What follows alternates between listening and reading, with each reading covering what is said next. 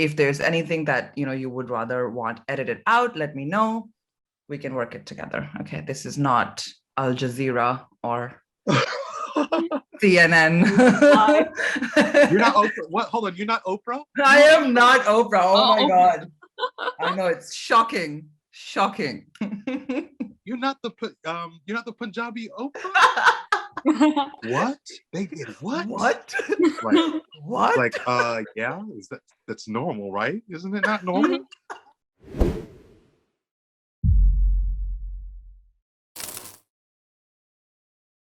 Hi, everyone. Thank you for joining us. My name is Dilpreet. I am the founder of South Asian Today, which is Australia's first media organization for South Asian women and non-binary people.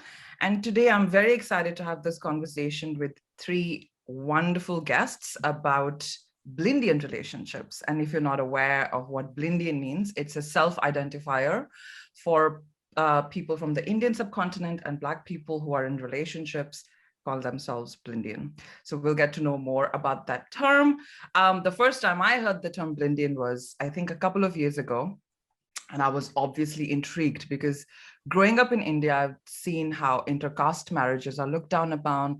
And this idea of marrying within one's community is deeply embedded, right? So learning about this connection between the Black community and the brown community has also come with a lot of unlearning. So I'm so excited to be speaking with all three of you and know your stories. We have Jonah. He is the founder of Blindian Project. His platform brings together Blindian couples from across the world and is one of the biggest spaces right now to lead this conversation. We have Gayatri. She's an educator, a writer, and has contributed some of the biggest stories to South Asian Today. She often dismantles the anti-Blackness that Desi and South Asian people exercise. And we have Bree Simran Darby, aka Blindian Girl, an activist and daughter to Black and Indian parents. She also talks about the anti-Blackness that South Asians are yet to unpack. Thank you for joining me, everybody. Jonah, let's start with you. What made you launch the Blindian Project? Yes, so Blindian Project was launched in 2017 as a passion project. I was, I am a multidisciplinary creative, so I write, I do a bit of painting, I dabble in things that my artist friends do, and I take them and make them my own, really. So 2017, I'd been married to my wife, Sveta, who is Telugu from Guntur, for about 10 years at that time. We were traveling with our two kids to India, and Al Jazeera article came on my phone literally about 4 hours before we were set to fly. So the Al Jazeera article was about street mobs in Noida, New Delhi, attacking African students. And this was 2017. I believe a male student had died over, maybe it was a drug-related overdose. They all of a sudden took it out on whoever was African. So street mobs were in a frenzy and just beating people up. And I personally never had, I'd never actually even thought about anti-Blackness up until that point in time. Like I said, I've been married for 10 years, had never met another couple. And when I came back from that trip, everything was all good with the trip as well. I decided to email several people who look like us that I had been seeing on the internet, and they slowly started responding back with their stories. And that was the first iteration of the Blindian Project. Wow. And Gayatri, in your latest story published on South Asian Today, you delve into a personal narrative of yours when you married your partner who's Black back in 1999 and the kind of hostility that you observed. Walk us through it a little bit and tell us if things have changed now. Well, things have not changed now. And that is one of the reasons why I penned something that has been 25 years in the making. I grew up on the African continent, being intimately familiar with South Asian anti-Blackness, because it really was very much of this cognitive dissonance for me, where I lived in a world of expansive Blackness, and Blackness was the norm. It was normative. And we were the minorities, and yet we held these kinds of beliefs that I refused to regurgitate because they're harmful to my Black kin. But so throughout my life, I had been processing what this was. I just didn't have the language to call it that, right? I knew it was something.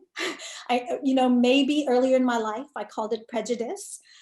Maybe at some point in my life, I called it racism in a general way.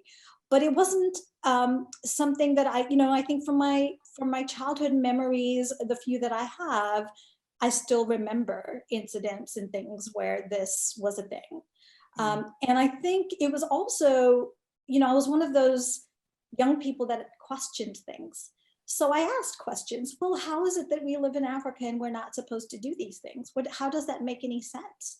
And I think it was in those moments of sincere curiosity and asking that I experienced the most violence. I call it personal violence that was directed at Black kin, who were our hosts, who made it possible to have livelihoods, who made it possible for us to even live in the countries and lands of the indigenous peoples we lived on. And so I think for me, this is always, it's been a lifelong thing. I just hadn't had the language until recently to talk about it. And no, it's not better. And I wish it were. Right. Yeah, it's interesting because Jonah did not experience it for 10 years. Is that what you said, Jonah? And you experienced it even before you got married to your partner. So Sorry. Yeah. My point is that we were married in 2007, met in 2001. What I'm saying, even back to 2001 up to 2017, I had never met another couple, even my wife, that resembled us. So I had never seen another couple and been able to have like a conversation and just we understand and we're talking the same type of stuff. That's what I mean. Okay. Well, thank you. Bree, walk us into your story. What does the term Blindian, for example, mean to you?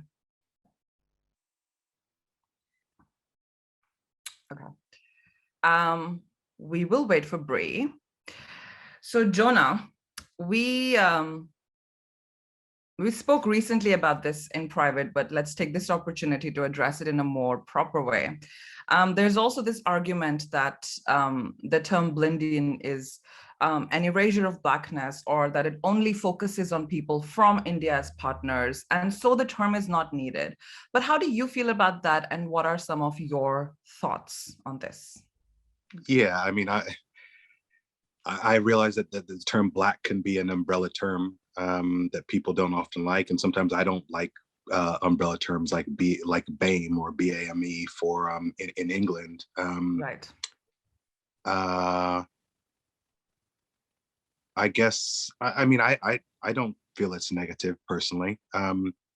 What's the name that people are called if there isn't that name? I guess that's my initial thought as well. Yeah. Because for me, like, and people will know who are actually from this community, it can be a very isolating experience, right?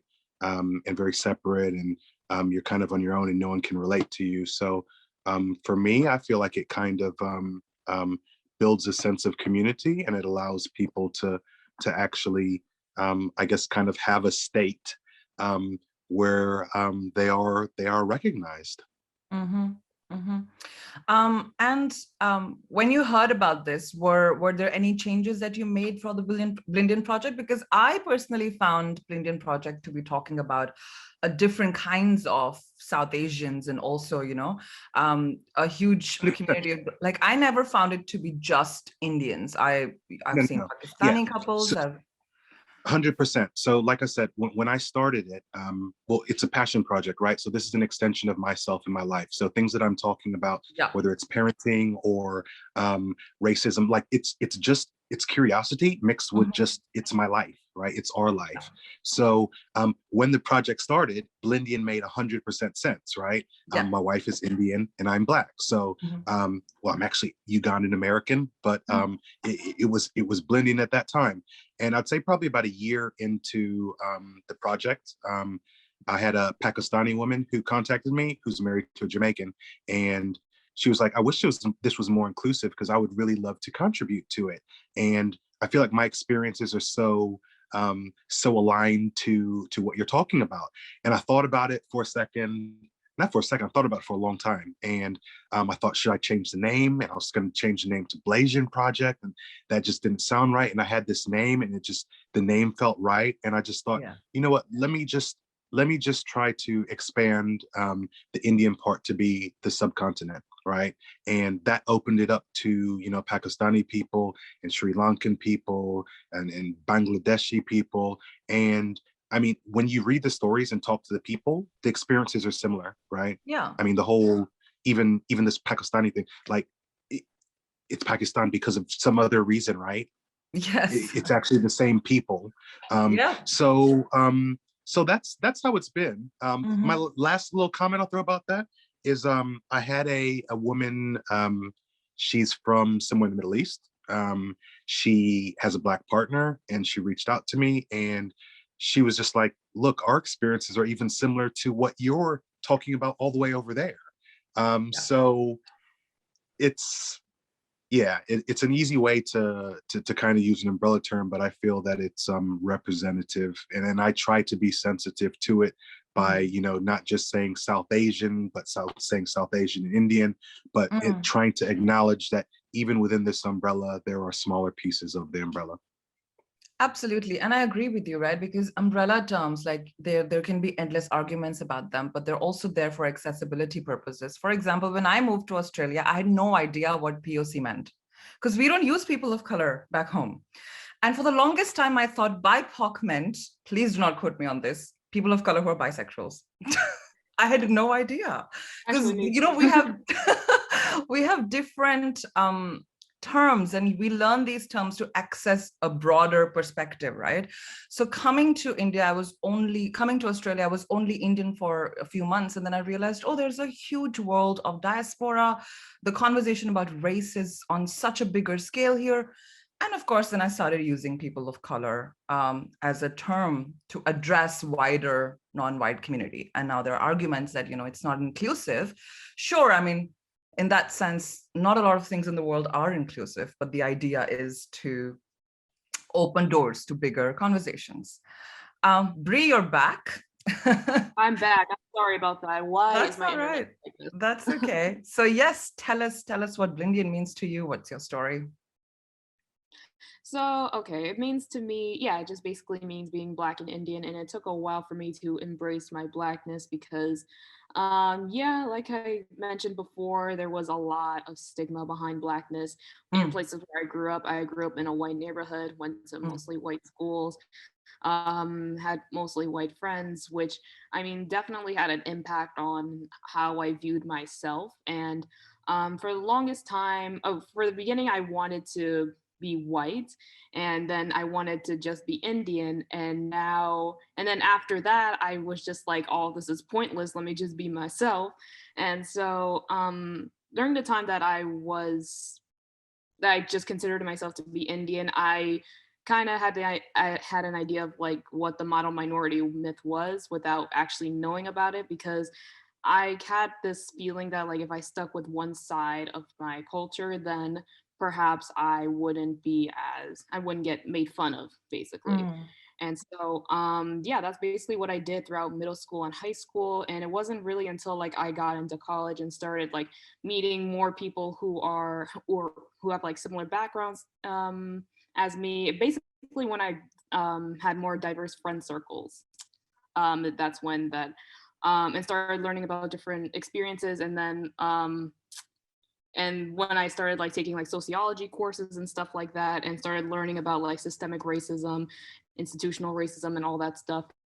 And once I started to like realize that all this stigma is just it's bullshit, basically. It's bullshit. And and everything that was fed to me was just they were all lies, and it kept me back from learning about my Black side and from embracing my Black culture as well, which I definitely regret knowing that now, because back then, I stuck with mostly my Indian side, and I didn't really try to at least dive into how much, like how unique Blackness is in America. And I hear you are a trained Bharatanatyam dancer. Is that? Yeah, Wow. I've been dancing since I was 7. It's mostly like an on and off thing. So yeah.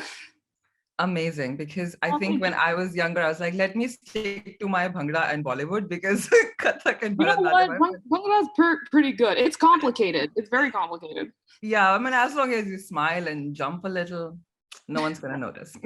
That's true. That's true. Gayatri, you often talk about raising your Black children and the fact that you don't wish for them to be, for the lack of better term, brown-washed. How do you feel about that? What does that really look like to you? What are some of your personal thoughts on this? Yes, and it requires a lot of intentionality, and I just really want to commend Bree for being so honest about the pressures that we face in our society, especially as young people, especially during adolescence, to just conform, to assimilate, to be part of the norm, you know, and parents are not the only source of influence for young people, right? So I am very humbled in the process of parenting my Black children who have South Asian descent, right? It's a journey to which I show up with practice, the way you would practice Bharatanatyam or yoga or, you know, meditation. I mean, it's a practice to me because it requires this constant vigilance of learning and unlearning. So some of the conversations we have in our family are that society wants you to choose a side, that you can love all parts of yourself and understand each of your heritages, and know about them and feel rooted in them, but also that you have wings so that you can fly as well. So have roots and have wings. Those are the kinds of conversations that we've been having with them in an age appropriate way as time goes on. I grew up, as I told you, around you know, sort of this colorblind notion of racism in which Black, white, brown people lived, and the interracial marriages that we did see were usually one white parent, one Black parent. And especially in Tanzania, this was kind of the norm because it had been colonized by many German people and then the British. And so many of those never left. And so the children were the ones I grew up with, and many of them did not have a really solid sense of self. So when I was a teenager, my biracial friends would really, I was the one that was confided in, would confide a lot of identity trauma to me, because I've been kind of that healer, guide, mentor person, even since I was a young person. And I think that brought a lot of awareness to me. So when Baba asked me to marry him, I knew that I had to work. I had to be really intentional in raising children who could love themselves in a full way in a world that really is going to ask them to choose a side. So those are some of the conversations that we're constantly having, even this afternoon. You know, even this afternoon with the teenagers, it had to be a challenging conversation around racial identity because they are consuming a lot of content that isn't coming from us. Right, right. And Bree, I remember when Kamala Harris was elected, you had some thoughts about how, you know, it's time we prioritize values over identity. And those are the kind of conversations that a lot of people were having because it's the first of many, right? So there were many thoughts. But she's also a daughter to Black and Indian parents, and so are you. But do you, nonetheless, do you still see that as a big achievement for people like you in the States? Is that a huge conversation changer?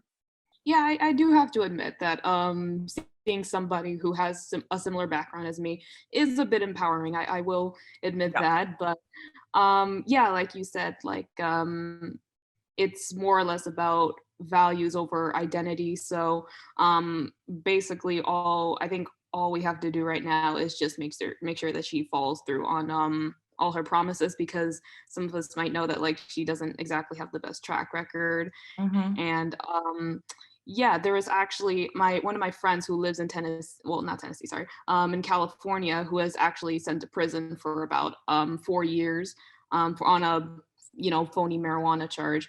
And yeah, at the time, Kamala was the prosecutor, but he basically told me like he told me a story that,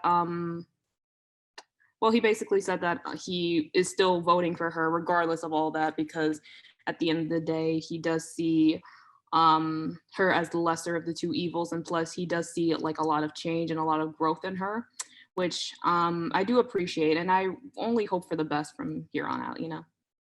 Yeah, yeah. And what about you, Jonah? Did you, because I saw a lot of discussions happening on the Blindian project when Kamala Harris was elected. Did the conversation behind the scenes change? Did a lot of people message you? Or because it's, you know, for a platform like yours, Blindian project, and then we have a vice president of the United States who is Blindian. Did that in any shape or form push the conversation further? Did a lot of talk happen, or did it mean? It was really, really interesting. I think I expected people to be a lot more positive and just like rah rah rah about her, but surprisingly, people were really quite skeptical of her. People mentioned her track record, which is fine, right? We all have track records. I have a track record. Everyone does. I think for me, I want to believe that people can change and we can all get better. And like I said, when I was talking about our track records, I don't think any of us on here can say that we've been perfect through our lives. So you hope that the people mature and change and just try to do better for the people and for the good of people. I mean, I saw it as call it lesser of two evils. I mean, the administration just needed to get out of there, right? They needed to go. And so I was personally willing to give her and them a chance to take over. Good conversations though. A lot of people, I think, who are older with kids and stuff were really, really excited based off of the fact that, like Bree said, you could look on the television. And for me, I'm like a big, I don't want to say big picture person, but I'm one of these people who I remember times when I've looked at the TV as a kid and seen a person who looked like me, and then just all of a sudden thought, I can do that. I can be that person. And some of us, that's all that we need. And that's it. All of the other stuff, I mean, investigate it if you want to, but just that sense of actually inspiring me to believe that, you know what, we've been held back, we've faced racism, et cetera, but you know what, we can actually still come up and be, you know, the top of the world, top of the country. And that's the main thing that I took from the whole experience. Absolutely, no, people can change, and I do have a lot of thoughts about accountability and the intersection of accountability with cancel culture, and who gets canceled, who doesn't, and what kind of questions are we posing to what kind of people. So that's a huge conversation. I think Kamala Harris is a topic that's endless. But Gayatri, we have a question from you from the audience. Gayatri mentions that mixed folks, children / people are pressured to pick a side. Do the clearly non-South Asian passing panelists feel like you had the possibility of choosing, or did your visible heritage prevail?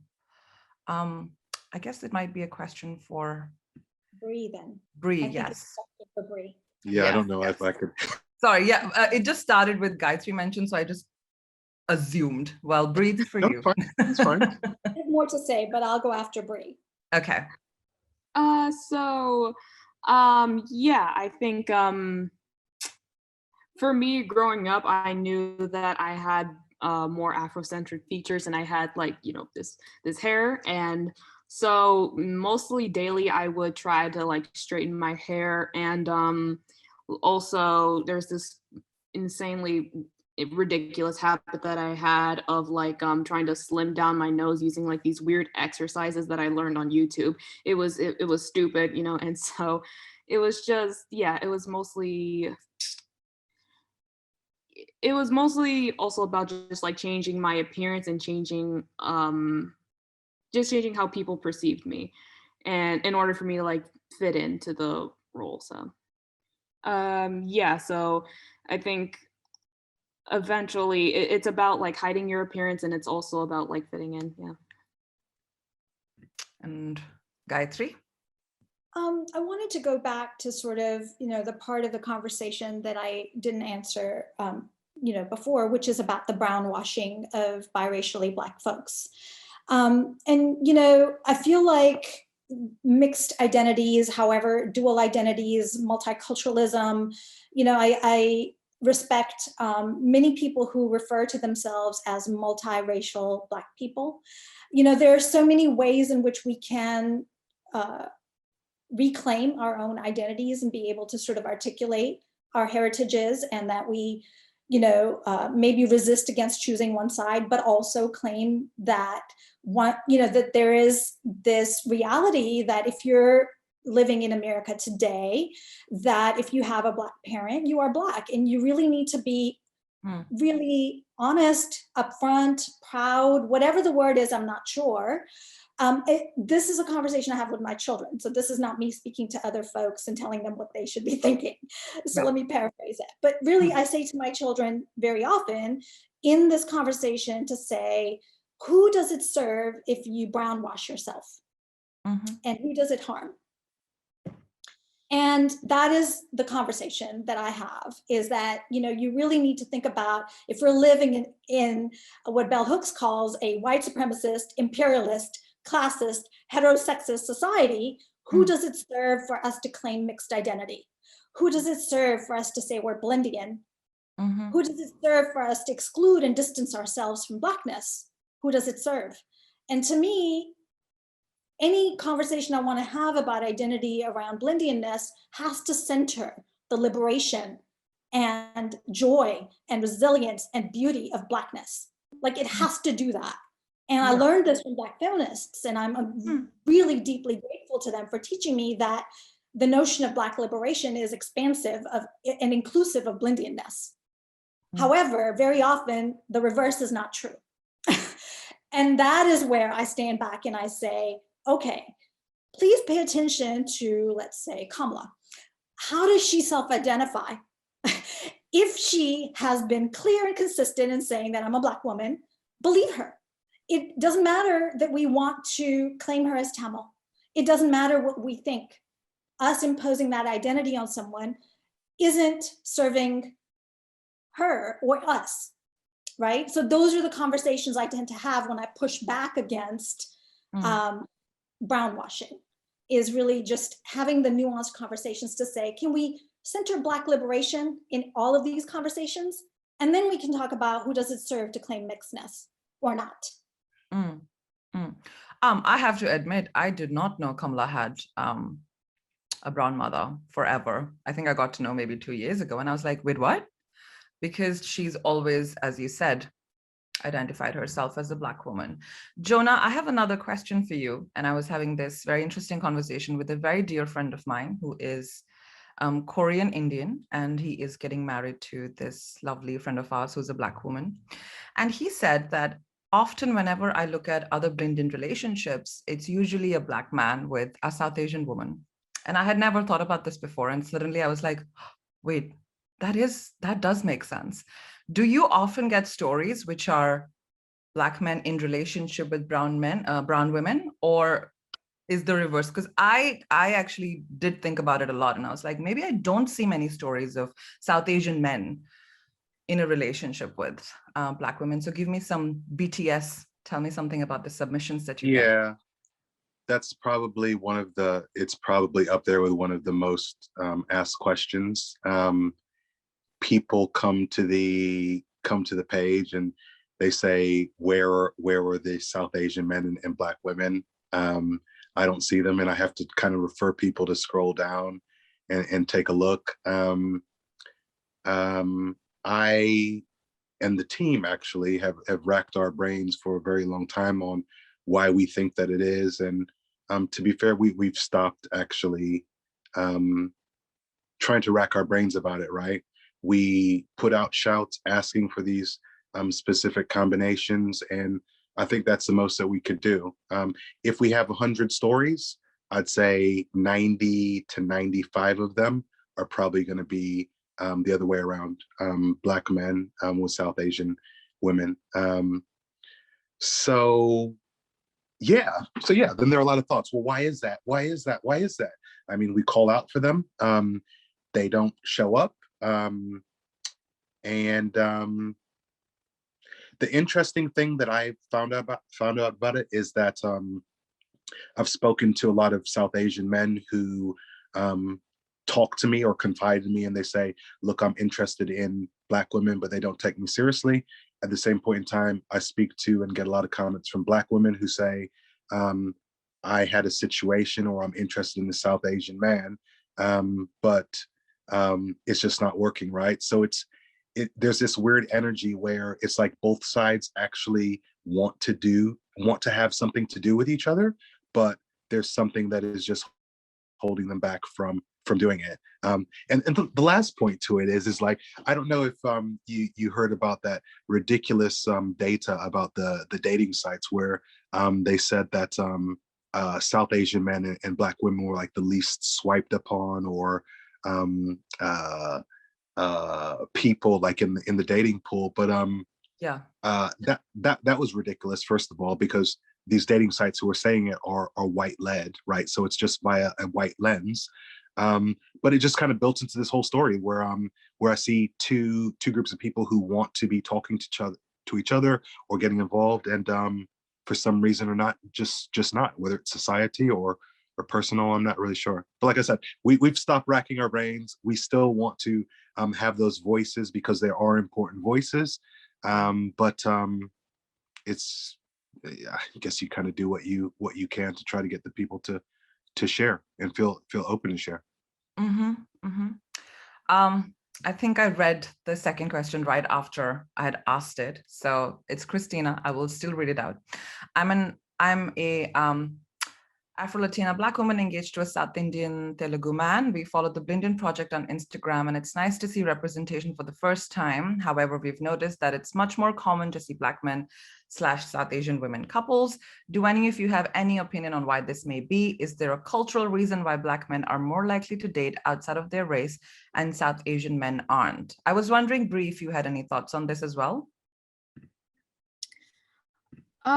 See, what kind of comes to mind is that I think that in the Black community we have our own issues with colorism that we don't really like to deal with, because in my experiences with dating, I've dated like a couple of Black men, and all of them have some form of like internalized colorism that some of them don't even realize, and then when you call them out on it, they get a little like it's like you hit a nerve, and then they say like, oh, well, my mother's Black, like how can I be racist? And it's just like, I feel like anti-Blackness and colorism is just they're very complicated issues that manifest in very different ways in each community.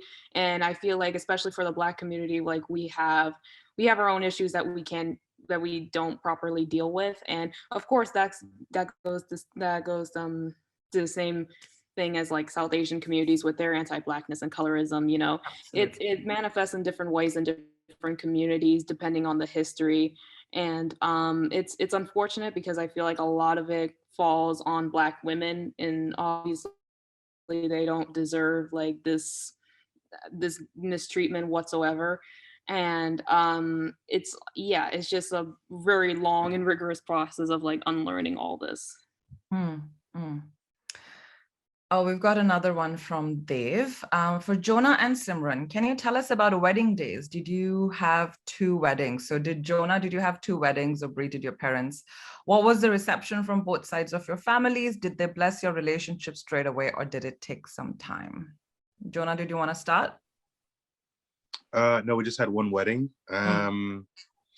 We just had one wedding, and it was a beautiful day, and we had relatives. My family's from Uganda, so we had relatives from Uganda come over. My grandfather came over, which was really special, and it was just a beautiful day. It was just a beautiful mixing of cultures, people, races, religions, friends, and everyone really, really enjoyed it. Foods, drinks, everything like that. What was the second part of the question? Did they bless your relationship straight away, or did it take some time? Yeah, so my parents, again, with my family being from Uganda, my parents would have had their own personal experiences with what they thought about South Asian or Indian people. Um, when they met Sveta, they welcomed her with open arms. Lovely, headstrong woman, knows what she wants, and just she was very curious about them as well too, which I'll admit no woman or female that I had been in a relationship before up until that point in time had really took an interest in my parents or forming a relationship with them. So I think they loved that, and yeah, they welcomed her with open arms. And Bree, what about your parents? Both sides of the families, do they get along?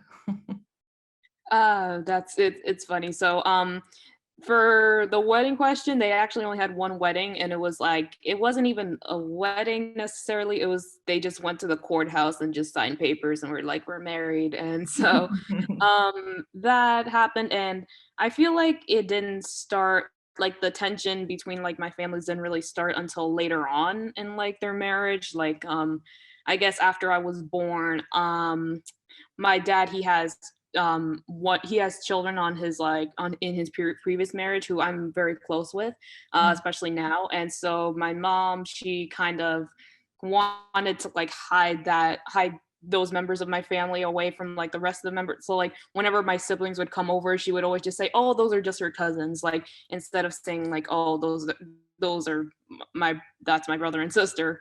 So there was like a level of I feel like she just kind of wanted this picture perfect family of just the three of us, and that's not really what you got. And plus, like some of her siblings as well. Most of her siblings are very open-minded people, or at least they try to be.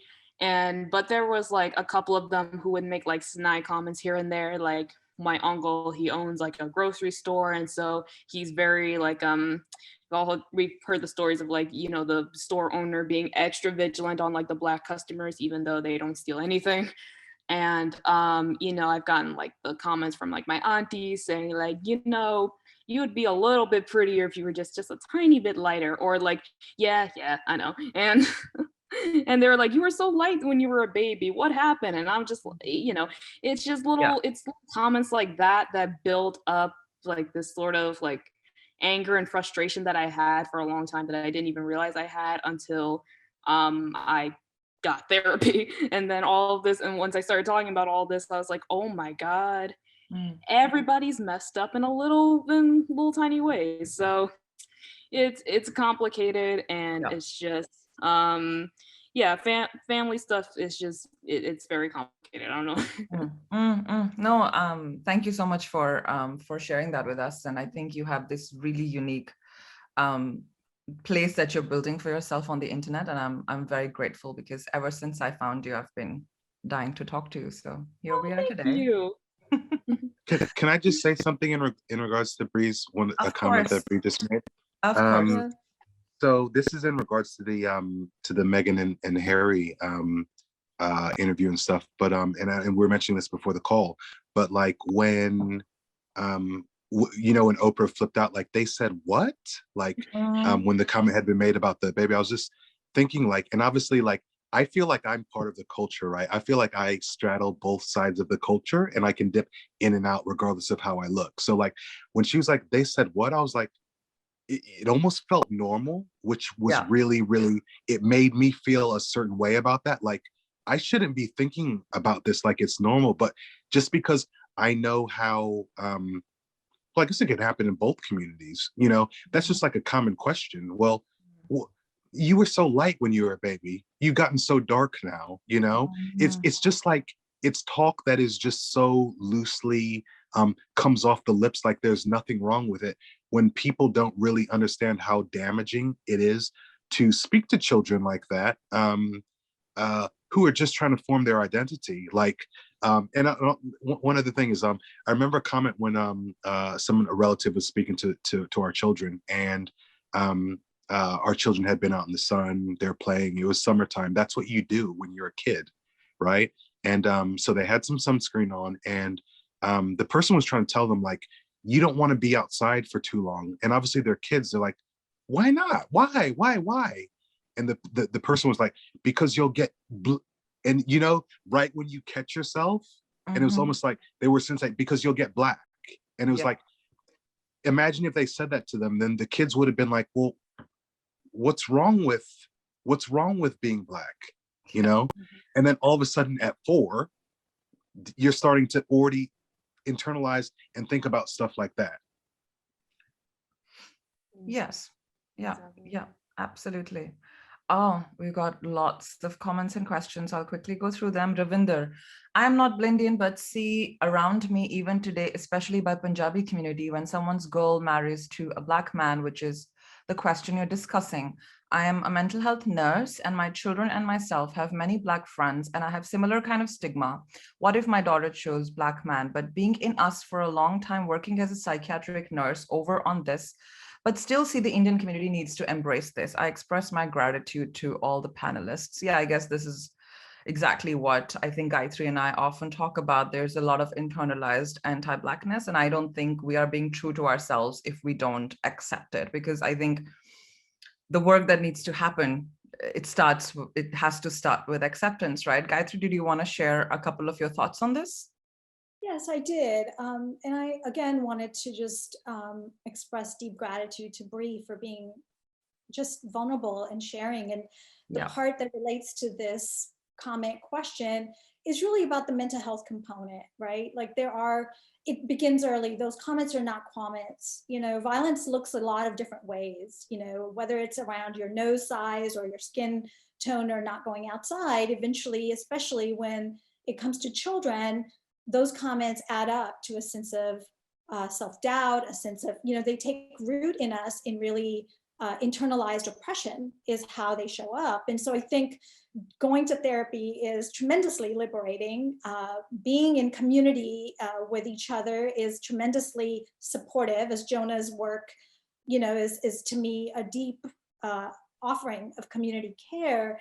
And I wanted to really talk about this component of friendship, because I really don't think that Black Indian relationships have to be heteronormatively cis het, you know, sort of romantic wedding kinds of relationships. I think of these relationships in an expansive sense of being in relationship with one another, whether we call it friendship, whether those are non-romantic partnership, whether they are in queer connections, you know, that there is work to be done in dismantling our anti-Blackness, because you know, I was that youth whose community said, don't get overly friendly with Black people.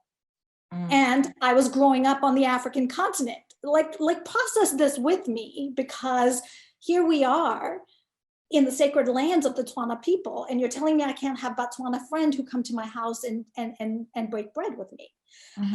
But I grew up to be disruptive and was called a lot of things for being a defiant Desi, because I did not listen to that. I did not heed those things. But the thing that I continue to work on is that we brown people, my skin folk is who I'm talking to here, have a lot of work to do before we can be worthy of being in relationship, friendship, connection with Black folks, because we can do harm to our Black kin. Right? And we do it all the time. You know, if I'm not constantly in this process of living my life in an anti-racist way that centers Black folks, I will do harm to my friends. The very people that I call my friends is the very people I could be the one making those comments that end up being the thing that sends somebody to therapy. I'm keenly aware that I could be the source of that wound for my own children, for my own people that I consider to be my friends or chosen family. And I think that that is something that we have to do a lot of work on before we can actually claim to be friends. Because I take the word friend very seriously. It's sacred to me, right? Yeah. And I think we have work to do there, a lot of it, a lot of dismantling of our own internalized oppression in order to really have those connections across races. Lots of brilliant ideas there as always, Gayatri. We have Jagesh saying, has anyone seen Namaste Wahala? I found this representation kind of inaccurate. What are the panel's thoughts on this movie? Is it problematic, or would it help normalize interracial dating? Who would want to take this up? I'll start. Go for I it. can start with that. Go for it. I actually interviewed the director before the movie came out, Hamisha. And so the first thing that I'll say, and I always say this, props to her for actually putting that work in and putting that out, because the thing that I was so inspired about was just seeing people's reaction across the globe for this type of content, right? Because it in a way, it felt like it validated what I do in a certain sense, you know? Now, in terms of the story, I was thinking, did they consult any Blindian couples or Blindian people when they made the story? Because the storyline was a bit kind of, I'm not going to trash the thing. The storyline was a bit kind of all over the place. And when they made the introduction to the parents for the first time, I think it would have been the woman introducing Raj to her parents. Like there was no anxiousness as we know about it. There was no thought about it. It was almost just like it was a normal relationship, and they just said, okay, hey, my boyfriends came over, and that was it. Didn't go well. Now the man in that relationship, Raj, was upset, and then later on did the exact same thing to the woman. So there were a couple things like that in the movie where it's just like it just wasn't accurate. And I'm personally, like, I'm getting very, very frustrated. And it's probably just me, because when I talk about our relationships, I want to show the good, I want to show the bad, I want to show the funny, I just want to show all the different layers that our relationships have. I want to show the beauty in our cultures connecting at places where we never even thought we had connections. So I want to make that movie, right? I want to be that director. And when people don't take the opportunity to address some of these issues, and just want to make a fluffy movie about, oh, it's a black, but no, it's a black female lead, and she's with the South Asian guy, and that's all we have to do, and just tell a nice story. I want more than that. I want more than that. And I think our stories deserve more than that. So it's an opportunity, not only for Black and South Asians, but I've always felt like our stories can like liberate and free the world. You know, Islamophobia. There are just so many different things that our relationships touch on or exhibit that show that love can overcome a lot of different things. A lot of people are saying Masala Mississippi did a much better job. I haven't seen it. Did it? It's a very good movie. Oh, okay, 92, cool. 30 years ago. Okay. That's my Sunday for today. That's what I'm gonna do. Oh goodness. May I add that I concur with Gina that we deserve more.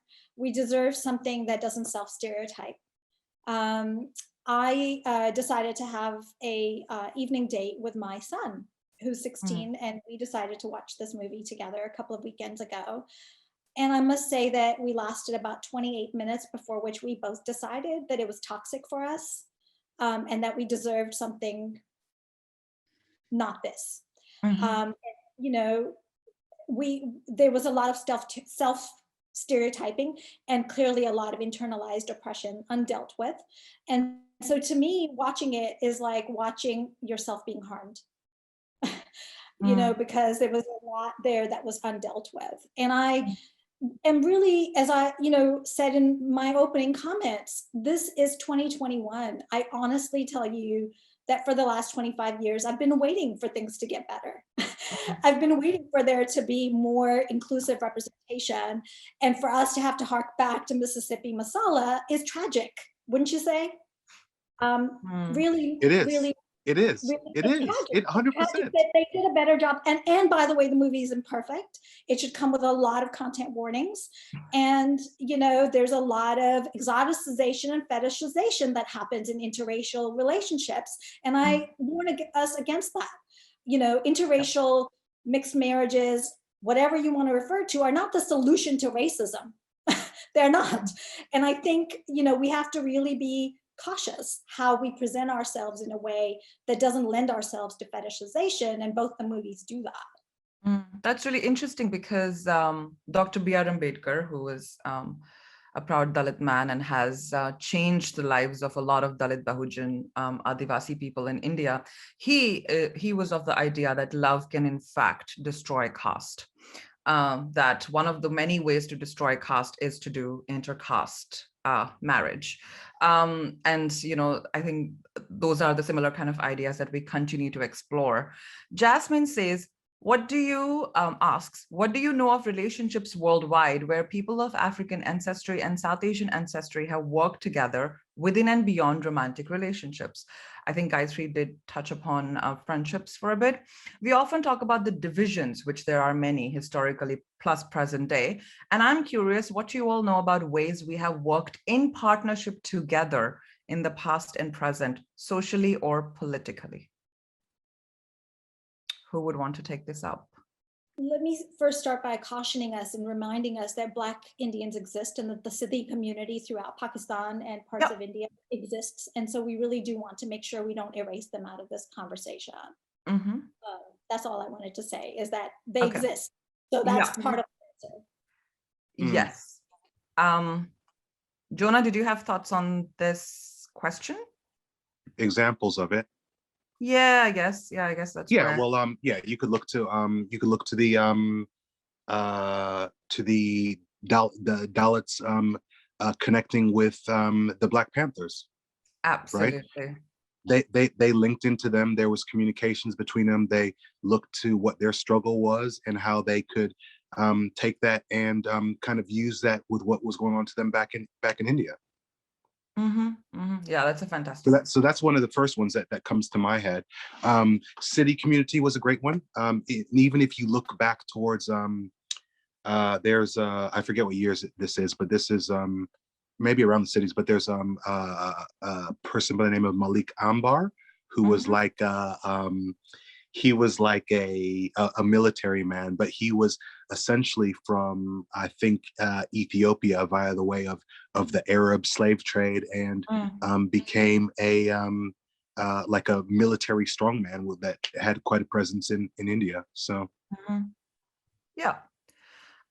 Cynthia says, thank you for this important conversation. Biracial psychologist Maria Root has written the Bill of Rights for people of mixed heritage. She talks about the importance of biracial folks not having to be part people. Half. Can you talk about part language in relation to this conversation? Bree, did you have thoughts? Yeah, let's see. Yeah, it's funny because like what comes to mind when I think about this is just yeah, I always did kind of feel like part of a person. I didn't really feel like a whole person, because I mean, it's just like was mentioned multiple times in this conversation, you as biracial children, we were kind of forced to like pick a side in order to just, I don't know, because for some reason being biracial or multiracial, at least in where I grew up, was sort of bizarre and sort of unheard of. So yeah, it's very weird because it's just yeah, it's just, it takes me back a while for me to remember like that kind of dark place that I was in, where I just did, where I would identify as one thing, but I knew that I wasn't, you know. Yeah, absolutely. I think going back to Gayatri's comment a few minutes ago is that Black Indians exist. We have a huge Siddhi community in India. And the relationship goes back to the continent of Africa. And I think Indians have not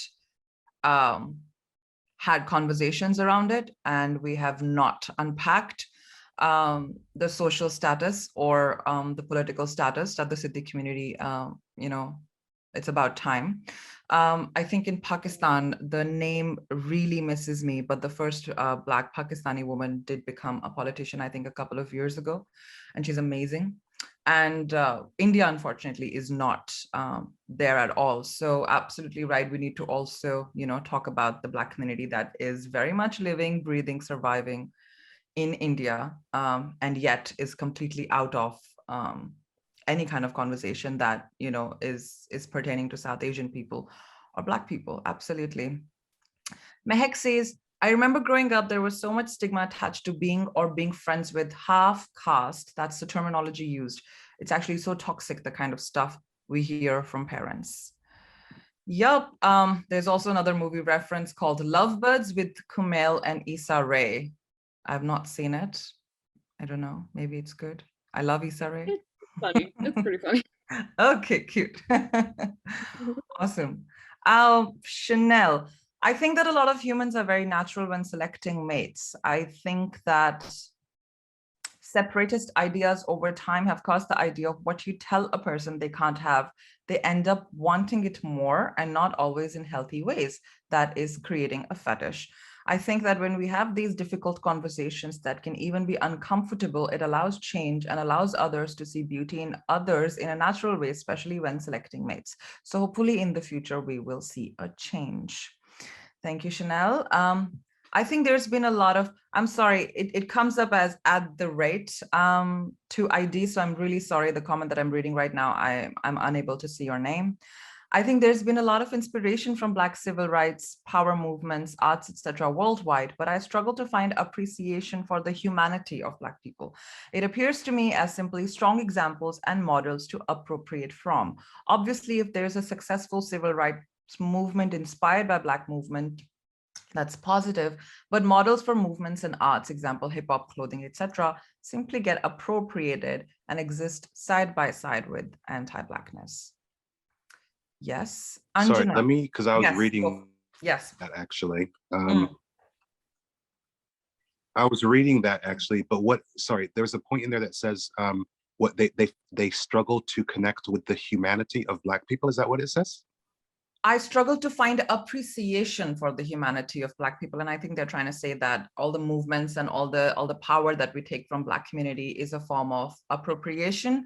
Please correct me if I'm not interpreting this correctly, but I think they're saying that, yeah, we don't find appreciation for the humanity of Black people that we're always taking in terms of movements or power. Gotcha. So I just didn't. Yeah, I guess without that person speaking, it's difficult for me. I read it that they don't appreciate that Black people are humane or something like that. And I may have read that wrong. I do not. And again, I think the point being that even in Blindian relationships in an expansive sense, we can be guilty of extraction of certain kinds of parts of Black culture and Black history and Black movements, and we can be beneficiaries of them and overclaim them and try to exert ownership over them in ways that are extractive rather than reciprocal and mutual. And I think this is it, is that even in our friendships, marriages, kinship structures, unless we're actively dismantling anti-Blackness and rooted in white supremacy, that these things will happen. These dynamics do exist in our very friendships, in our business partnerships, in how we show up to our workplaces. That many of us want to claim certain aspects of Black culture or Blackness without honoring the dignified humanity of Blackness. And that is a cautionary point, is how I read that comment, is a cautionary point. And the question that— You got it right. You got it right.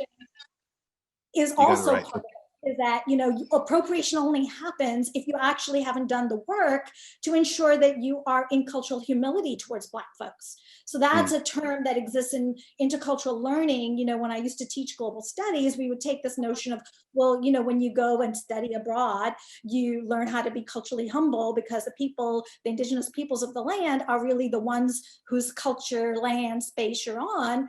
Well, we don't use that conversation when we talk about our relationship with Black folks. So I often mobilize that construct of cultural humility to bring that conversation to Desi South Asian communities to say, how can we practice this thing called cultural humility towards Black communities? Well, in all the lands I grew up in, humility is not possible unless you give dignity first, right? Like, unless you see dignity in a person, you can't be humble towards them. So those are the conversations that are needed in that, again, expansive sense of building Black, South Asian, Desi relationships, is that there's a lot of work to do, not just on the systemic place, but also in these ways that we wound one another and continue to carry the wounds that are with us that haven't been healed, and then re-wound other people with them. Mm. Yes. Yeah, thank you for that. Yes. I like that. The part that really stuck out about what you said to me is the kind of study abroad experience. Like I remember when I studied abroad and just throughout my life, like trying to immerse myself in the culture. Like there have been so many times that I've sat in a room where everybody's speaking a different language, and I still stay in that space because I'm trying to take in what they how they experience life, and just their presence. And I feel like more of that is actually required between our cultures. To you've shared drinks, you've broken bread, you've had food, you guys ate with your hands, you ate with utensils, and now you actually understand more about what the struggle is, and you can empathize more with what is going on, which I think allows us to work closer together in all facets of our life. Thank you, Gayatri and Jonah. Jonah, you got another one from Anjana. Since you see so many interracial relationships, how do the queer relationships either follow or buck the themes seen in cis-het interracial relationships? I know romance is not the solution, but I'm short of places to talk or hear about Blindian queer relationships. Do you get a lot of Blindian queer stories for Blindian Project? We have a few. And when I say a few, I'd say probably, let's call it 5 to 10, less than 5, around there. One comment that I get is the fact that they were queer was enough to throw things off, that it never actually even got to the point where it was about the person's skin color, if that makes sense. Mm-hmm. Yeah. So in a lot of those situations, it's like they've had the conversation, they've already came out, their parents kind of know what it is, and yeah, they're not really fussed about, oh, they've brought home a Black partner at that point in time. Mm-hmm. Mm-hmm. Mehek says, given that appropriation is rooted in power dynamics, and we know that South Asians have more privileges regarding race, is it appropriation when Black communities illustrate elements of South Asia? Just curious. Gayatri? I don't think appropriation is even the question to ask in that case. I think it's not even possible, yes. Yeah, I don't think appropriation is the term, but the allegations are often made of likes of, you know, celebrities who can, you know, really stand up for our farmers, but be accused of cultural appropriation in the same kind of week. And I don't think that's the right conversation to be having when we're talking about our Black community, Black kin, Black friends, appreciating our culture. I felt the same way about that too. I felt the same exact way about that. Yeah, I mean, it's really, it's kind of like I always tell my kin members, reverse racism is not a thing. So accusing Black folks of appropriation is not a thing unless you do away with the violence and genocide that communities of all races have committed against Black communities all over the world. So let's not even go there. We can't go back to that. Mm-hmm. You know, sort of actually reminds me of like this one TikTok video that I saw. It was going a little viral of like this one South Asian girl. She was saying that, like, you know, I think she was comparing like Indian nose rings to African nose rings, and just showing up different pictures of like Black women wearing like the Indian nose rings and calling that cultural appropriation without knowing that like those were models for a South Asian brand, and that they weren't necessary, they were just modeling. And so of course people called her out on that, and have also just brought up the whole conversation about cultural appropriation among among people of color themselves. And again, like Gayatri said, it's all about it's really all about power dynamics, because I don't, in my personal opinion, I don't think there is any harm when it comes to like appropriation between like Black and South Asian. I mean, yes, I understand that there is like some frustration there, but in terms of like systemic harm, I'm not too sure.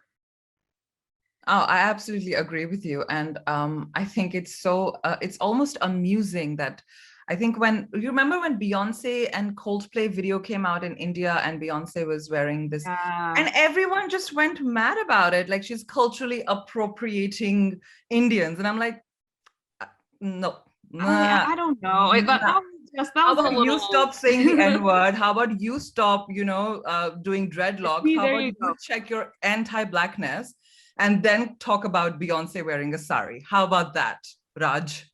I know that really Honestly, pissed me yeah, off. they went a Yeah. little Yeah. overboard with that. You remember the person's name. But I'm just No, sorry. it's just Raj for everybody. I'm like, Okay, everyone is gotcha. Raj. That's a blanket term. That's a blanket term we use. So but back to your point, Gayatri. So someone sent me a DM and they were like, what do you think about Rihanna, da da da da da? And I'm just thinking, all right, so a week ago, people were singing, I forget the person's name, Daljit something. He came out with a song for Rihanna like a day after she did that tweet, right? So for him to write a song and everybody, and for her to actually go out of her way, and I don't know if it was her explicitly, it could have been some people she, on her side that said, tweet this, but she actually made something happen. And then the next week, people were asking me like, well, do you think she's, is it cultural appropriation? And I'm just thinking, well, Ganesh it's matching her shorts. I don't know, she has a tattoo of some henna on her hand. Were you asking that same question when she got the henna on her hand or on her body? Because there are bigger conversations to be had about the farmers' protests or other things versus asking, is this woman appropriating from someone else's culture? That's me done on I that point. really want to give us a terminology, and maybe because I'm a teacher, if you'll indulge me, I really think that many of the things that we've been talking about, whether it be this instance of accusations or other things we've talked about, and that is my colleague Dr. Moya Bailey has a term that she coined that says misogynoir happens at the intersection of misogyny and Blackness. Right? So the conversation we were having earlier about why Black women are the ones that in the dating apps, have a particular kind of experience, what could explain it? Why do South Asian men not date, Black women? Those are the kinds of questions, or why is it that we as a community cannot, see a Black woman, even if it is someone with that much privilege, and really be able to see their dignity and their humanity. Right? And to have to exert discursive control and power over them. Well, misogynoir is a really good term to use to understand how when misogyny and anti-Blackness meet, what is that hellhole and what does it feel like for our Black kin is really something that troubles me and keeps me up at night. Right? Like that's the place where all the Rajas of the world need to enter and do some serious work. Yeah. Yeah, absolutely. Yeah, I think Rihanna talking about farmers was a huge, huge conversation. And we also published this piece about exactly what you were saying, Jonah. Diljit Dosanjh, he's a Punjabi singer. I'm Punjabi, so I've known him for decades. And, we consume a lot of his music. And of course, like, Punjabis have their own, a lot of bullshit to deal with. We are casteist, we're colorist, we're sexist, we're all the things in the book, right? And there was one particular line in the song, Rang tera gehua varga or something. It means your color is like the color of wheat. And it was like poetry because she was talking about farmers, but a very good point that the writer, which I will link the article here as well, said that Punjabi singers have always talked about how they want a light-skinned girl, right? That's the basis of our songs. So him talking about Rihanna's skin color, or like somehow weirdly complimenting her that your skin resembles the color of wheat is just huge, like hugely anti-Black and colorist and sexist. And to romanticize it and you sell it as if she matches the crop somehow, while we can't ignore the history of his songs in the past. So that opened up so much, and that I think, as we've been talking for a while, that it all ended up being Rihanna somehow culturally appropriating Indians and not what Rihanna was facing in the media, which is mind-boggling, right? Like, where are our priorities? Like, why are we not talking about what she's facing? She's facing colorism, she's facing all sorts of things. But oh my God, she wore a Ganesh pendant. End of the world. That's it. And I believe that you, South Asian Today, published a piece written by Simran Kaur Colbert. And I believe Simran is in our audience here, or was planning to attend, or might listen. So I want to give a shout out to you to publishing Absolutely. that really broke down this aspect of the conversation in a really meaningful way. Absolutely. Hi, Simran. I'm trying to find the link and I will put it in the chat. Thank you, everybody. I think this is a good time to wrap up, pack up, but I would love some ending thoughts from each one of you. So I'll just go in the order. Jonah, did you want to start and close this up? Sure, I'll say something that I've been thinking about the last couple of days. So I joined Clubhouse about 2.5 weeks ago, which I found really, really cool just to dip in and out of the rooms. I'm often the Black man dipping into the South Asian rooms, smiling, and I'm the only Black guy smiling in those rooms. But it's fine. And I've been in a couple South Asian rooms that predominantly South Asian. Been inspired by a lot of the talk and the conversation that's been going on. People often are shit hot when knowing the dates, the dates when immigration stopped, the dates that this happened, the dates that this happened. But I feel like they're often missing that kind of lived experience of actually knowing or having related to these people. And I feel like that is the bridge. That's the place that people need to get to be able to become true allies and to build true solidarity. It's about not only having conversations in your own little pockets about this and about that, but mixing with other people to try to find out, well, what are they experienced? What have they experienced? What type of parallels can I draw from my own life? And how can I support these people? How can they support us? And that's the main thing. I mean, that's the main thing that we're trying to do with what we do, creating spaces for us to do this stuff. And I just feel like that's what I've walked away from the last couple of days of. Actually, do tell us and do tell everybody here how we can support the Blindian project. Yeah, so you can find us on Instagram at Blindian Project. We also have a website, which is Blindian-project.com. And that's the hub that'll get you to everywhere. Thank you, Jonah. Thank you. Gayatri, what are some of your thoughts right now? Did you want to share some? Well, I could talk about this all day, every day. I have penned some of these thoughts into a book that will be coming out later this year, and it will be published by Mango and Marigold Press. And I do take on South Asian anti-Blackness head on in several excerpts in that book. So I invite us to use that. It's a resource that I have created from years of work and process and work I still have to do. It names a lot of work that's still to be done because it's ongoing.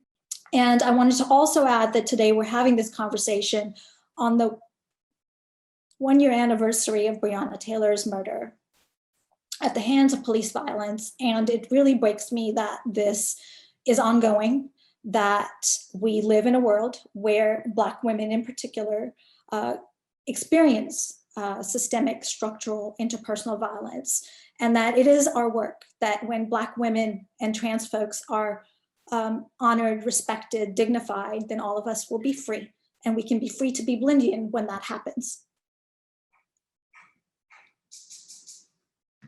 Thank you so much, Gayatri. And Bree. Well, I mean, today was this conversation was very liberating because I don't know, I felt like everyone was able to like dive deep into like how we got to this place, why there's so much anti-Blackness in this society, why is there so much anti-Blackness in South Asian culture, why is there so much colorism in Black culture. Like, I feel like we were able to at least try to see like what connections that we have and like how we were able to work together throughout history. I mean, literally, I think not too long ago we were just talking about like how Black and South Asian activists have been able to like work together, and that reminds me of like this one video of Angela Davis. I'm totally sipping over Angela Davis right now, but like she was just talking about like the Dalit struggle and like yeah, just making connections between like the Black liberation struggle over here to what's happening in India. And I think that is extremely important. But while that is very important, we also need to dismantle any internalized racism and biases that we all have, because it wouldn't make sense to advocate for a social issue when we ourselves are not perfect, and nobody's perfect in this world. We all have things that we need to unlearn, and it's a long process that will leave you emotional, that will make you realize that the truth is very ugly and a lot more complicated than you might think that it is. But you need to begin this work at some point, because as long as like there's one group that is not given the justice that they deserve, we're never going to get justice. Thank you so much, Bree, and thank you for sharing your stories, and thank you for, as Gayatri said, being honest and vulnerable with us. It's simply our pleasure to share the space with you. I do have a question, Bree. Can I shoot it? Does your name of course. Is Simran anything to do with DDLJ, or am I just completely making that up? It does. It absolutely does. So yeah, my cousins from India came through, and then they were just like, this was 2 years after DDLJ was released, and they were just like, you know what? I think Simran might be a good, like, nice little middle name in there. So yeah, they just like stuck it right in. So cute. Thanks. Anyway, thank you, Gayatri. Thank you, Jonah. And thank you, Bree. Thank you so much for joining us. Thank you to all the attendees. Thank you for asking questions. Thank you for being respectful. I think that's my first ever comment, because we're always a bit scared when we open it up to the public, because you never know what's coming. But this was wonderful. All the attendees, you were super respectful. None of your questions made us uncomfortable, so thank you. And even if they did, they were meant to, because we were talking about an evolving conversation. So I hope you follow Blindian Project, Blindian Girl, and Desi Book Auntie. Follow their work. This is not just this webinar. It's just my pleasure to hold this conversation with them, but all three of them are continuously pushing this conversation, doing this on a daily basis. So this is not a one-off package. So please continue to support them and continue to be a part of this conversation. As Jonah said, we're also on Clubhouse now, so follow them on Clubhouse as well. Thank you so much for coming, and I will wrap this up. Thank you, everyone. Thank you for having us. Appreciate it. Absolutely. Bye. Bye. Blessings. Bye. Thank you for hosting us. You are the mostest. Japan. Much love to everyone, wherever you are. Thank you for sharing your Saturday with us.